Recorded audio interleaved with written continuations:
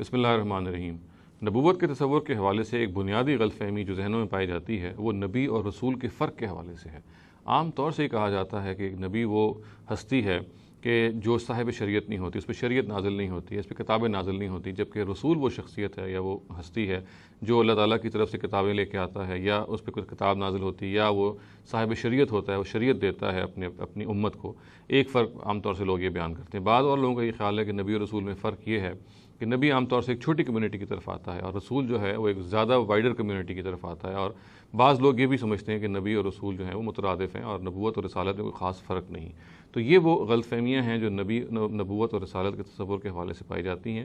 جہاں تک قرآن مجید کا تعلق ہے، اگر آپ اس کا بنظر غائر مطالعہ کریں تو یہ معلوم ہوتا ہے کہ نبی اور رسول میں ایک بنیادی فرق ہے۔ رسول اور نبی کے حوالے سے جو قرآن مجید کا جو فرق ہمیں واضح ہوتا ہے وہ یہ ہے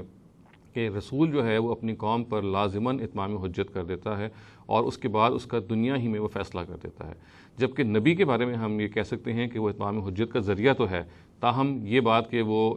لازماً اتمام حجت کر دے اس کے بارے میں ہمیں کوئی اطلاع نہیں ہوتی۔ چنانچہ ہم یہ کہہ سکتے ہیں کہ رسول اور نبی کے درمیان بنیادی فرق یہ ہے کہ رسول اپنی قوم کا اس دنیا میں فیصلہ کرتا ہے اور خیر و شر، حق و باطل کی بنیاد پہ جو سزا آخرت میں انسان پر ظاہر ہر انسان پر نافذ ہونی ہے، رسول وہ اپنی امت پر وہ نافذ کرتا ہے، اپنی امت کے لوگوں پہ نافذ کرتا ہے، تاکہ یہ جو دنیاوی جزا و سزا ہے یہ وہ اس اخروی جزا و سزا کے لیے دلیل بن جائے۔ چنانچہ رسول کے بارے میں ہمیں یہ جاننا چاہیے کہ نبی صلی اللہ علیہ وسلم ظاہر ہے کہ آخری رسول ہیں، ان سے پہلے حضرت موسیٰ رسول رہے ہیں، حضرت عیسیٰ بھی رسول ہیں، تو یہ وہ رسول ہیں جنہوں نے اپنی اقوام کا، اپنی امتوں کا فیصلہ کیا، اور فیصلہ کرنے کا مطلب یہ ہے کہ ان کو اعمال صالحہ اور حق کی بنیاد پر الگ الگ کیا۔ وہ لوگ کہ جو آپ پر ایمان لے کے آئے، وہ لوگ جنہوں نے حق کو جانتے بوجھتے ہوئے جن کا انکار کیا، ان کو آپ نے الگ الگ کیا۔ جو ایمان لے کے آئے ظاہر ہے ان کو دنیا میں بھی کامیابی ملی اور آخرت میں بھی کامیابی کی امید دلائی گئی، اور جنہوں نے جانتے بوجھتے ہوئے انکار کیا وہ دنیا ہی میں پامال کر دیے گئے، دنیا ہی میں وہ مٹا دیے گئے، اور ان مٹانے کی صورتیں مختلف ہوئی ہیں، مگر یہ بات قرآن مجید نے لکھ رکھی ہے کہ کتب اللہ لأغلبن انا ورسلی، یعنی قرآن مجید بنیادی طور پہ یہ کہتا ہے کہ رسول وہ ہیں کہ جو لازماً اپنی قوم پہ غالب رہیں گے، اور وہ لازماً حق کو اس دنیا میں مبرہن کر دیتے ہیں اور اس درجے میں واضح کر دیتے ہیں کہ مخاطبین کے پاس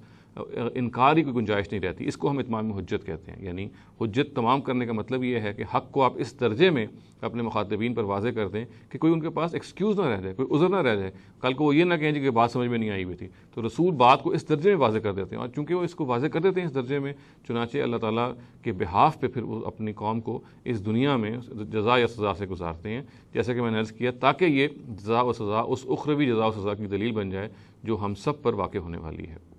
تو ہمیں ذہن میں رکھنا چاہیے کہ نبوت اور رسالت یا نبی اور رسول میں بنیادی فرق جو ہے وہ قرآن مجید کے مطابق یہ ہے کہ رسول لازماً اپنی قوم پر اتمام حجت کرتا ہے، یعنی حق کو اس درجے میں واضح کر دیتا ہے کہ ان کے پاس انکار کی کوئی گنجائش نہیں رہتی، اور اس کے نتیجے میں ان کو دنیاوی جزا اور سزا سے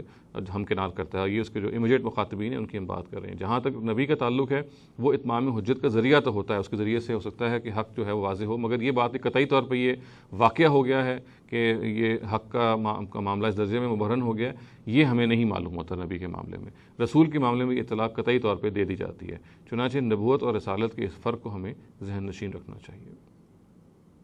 اقول قولی ھذا واستغفر اللہ لی ولکم ولسائر المسلمین والمسلمات۔